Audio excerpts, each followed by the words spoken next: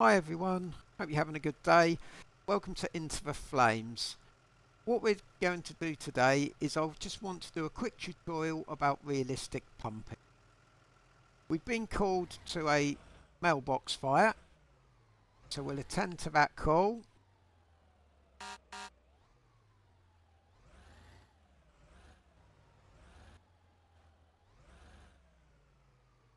Arriving on the scene now. It's a small fire. Now these engines carry enough water to be able to deal with that fire, so we're not going to hook up to an external supply. We can see how much water we have remaining by the 4 lights. If they're all lit, it means our water tank is full. First thing we need to do is get a handline. Now we have to connect a handline to a small discharge nozzle. We can just see, show you here, it's 2 small nozzles this side. They are around the truck. So we select connection, small discharge, discharge 1 or 2, doesn't matter, and we'll drag that line up fire. Now we go back to the pump panel. Now all these dials and all these gauges will show you the information. The levers will move, but we can't actually interact with the panel. We have to open the UI. So we'll go ahead and do that now. Select pump panel. First thing you'll notice, it says pump override activated. If you see that, you're on easy pumping. So switch it off, just click easy pumping. We then click tank to pump and select open. What this means now is that the pump is pushing 50 units of water, which is available for our discharge lines.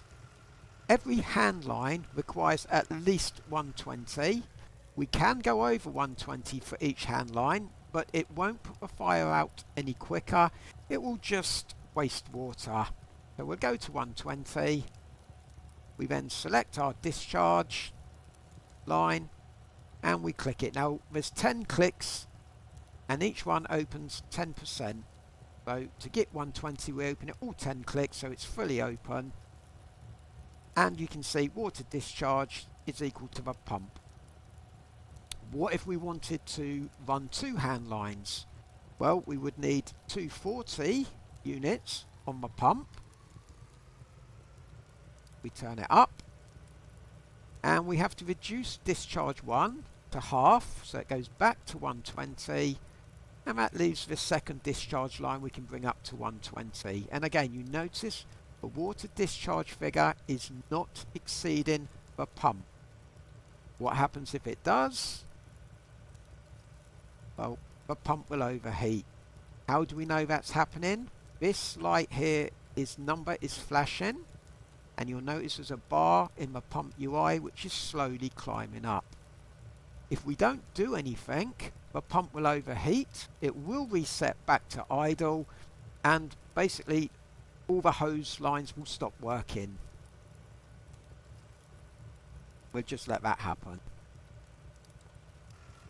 There you go. So the pump is now overheated, and the only way we can solve this problem is we have to bring the water discharge back equal to the pump.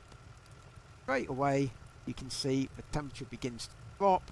The pump is now available to be used. All we have to do is turn it back up to the original setting shows.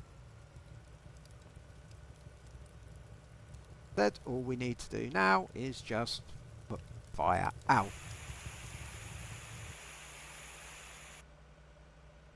Nice and quick.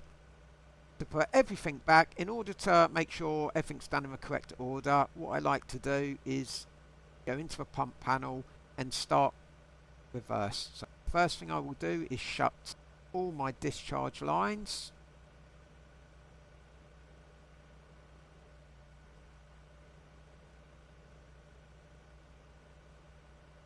I then click the pump to idle, and then finally tank to pump, select close.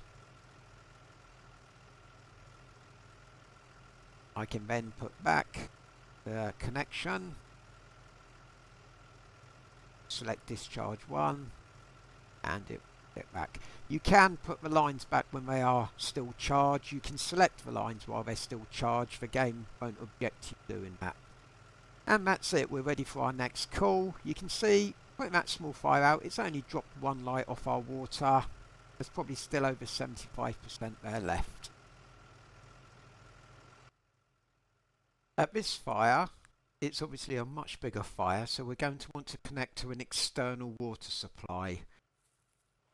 Most commonly, we'll use fire hydrant, which is this red hydrant here. If you look at the top right corner, you'll see the mini-map, and those little red markers, they show the location of all the hydrants. This one has a blue top, and different hydrants will give different pressure. I can just show you that quickly right now. So in the guide you can see the different hydrant tops will give you a different range of pressures, blue being the best pressure.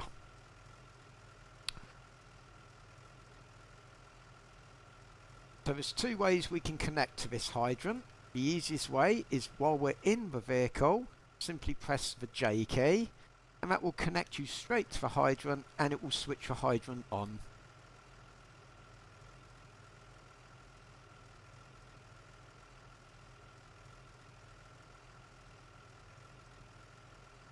The other way we can do it is manually. So we need to take a supply or intake line. Normally the intake nozzles will be on the back and on the driver side.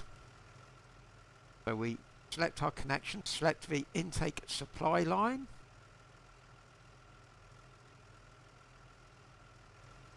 We go across, connect it to the hydrant. And we need to turn the hydrant on. We do that by grabbing the hydrant tool, hydrant wrench. Again, put that on. The hydrant now be open.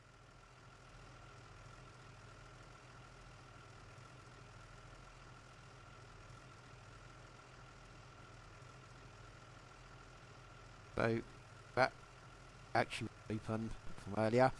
So what we need to do is select tank fill. It opens in increments, but we will just open it fully.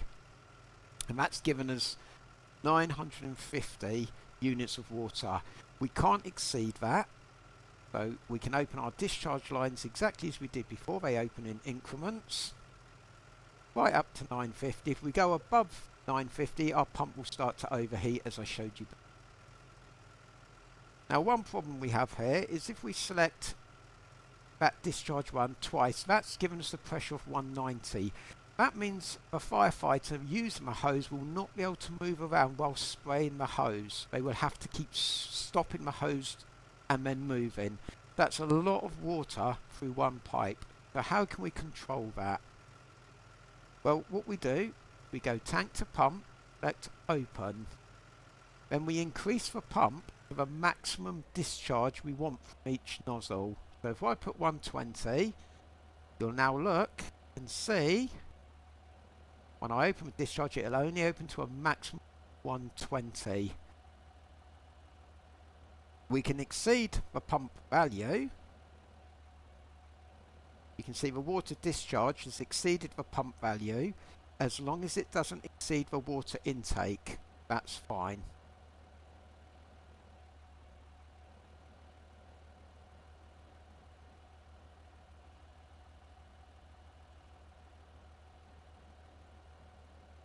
Close everything back down. And then what we'll do is we'll just talk about forwarding water or relaying water to other units. So drive the vehicle a little closer.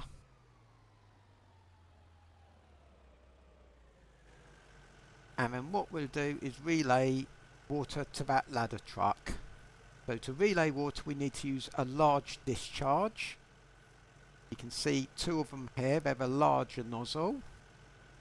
So we select the large discharge.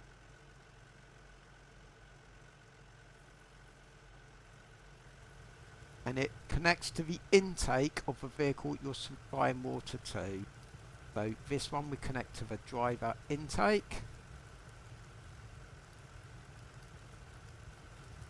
And then once we charge our line, this ladder has no pump panel, so as soon as we charge our line, the water will begin flowing.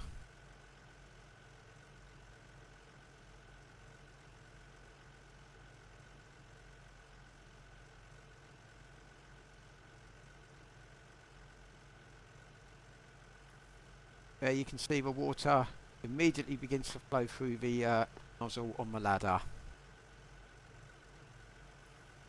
If I disconnect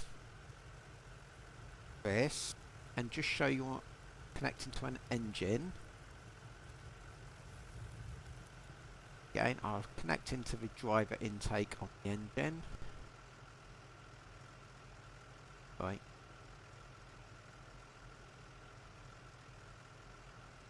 Now again, even though we have water flowing from the other truck, we actually don't have any water coming in, because if you have a pump panel, you have to open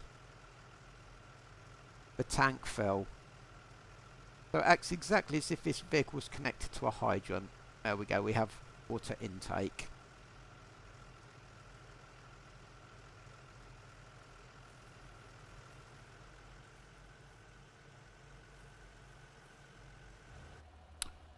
Finally, I'll just run through the different hose types you select from. Yeah, most of the hose types, they're really for role-playing purposes. The game really doesn't affect if you spray water onto a fuel fire. It's not going to have any effect at the moment.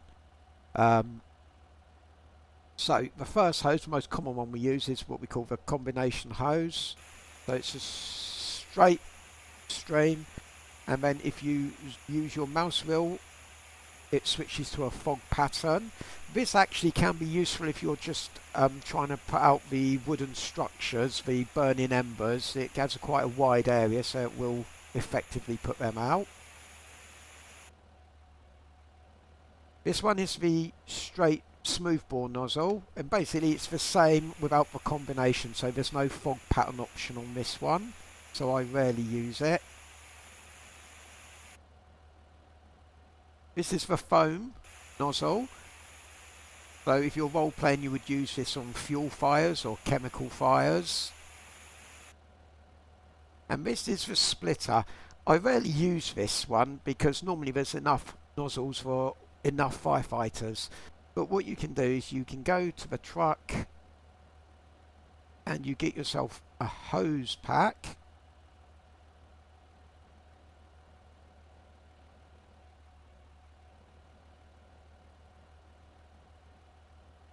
Hose bundle. You go to the splitter and you connect it, and then that gives you water. And another player can also connect their hose bundle to the second nozzle, and so you can effectively have two hoses running off one discharge.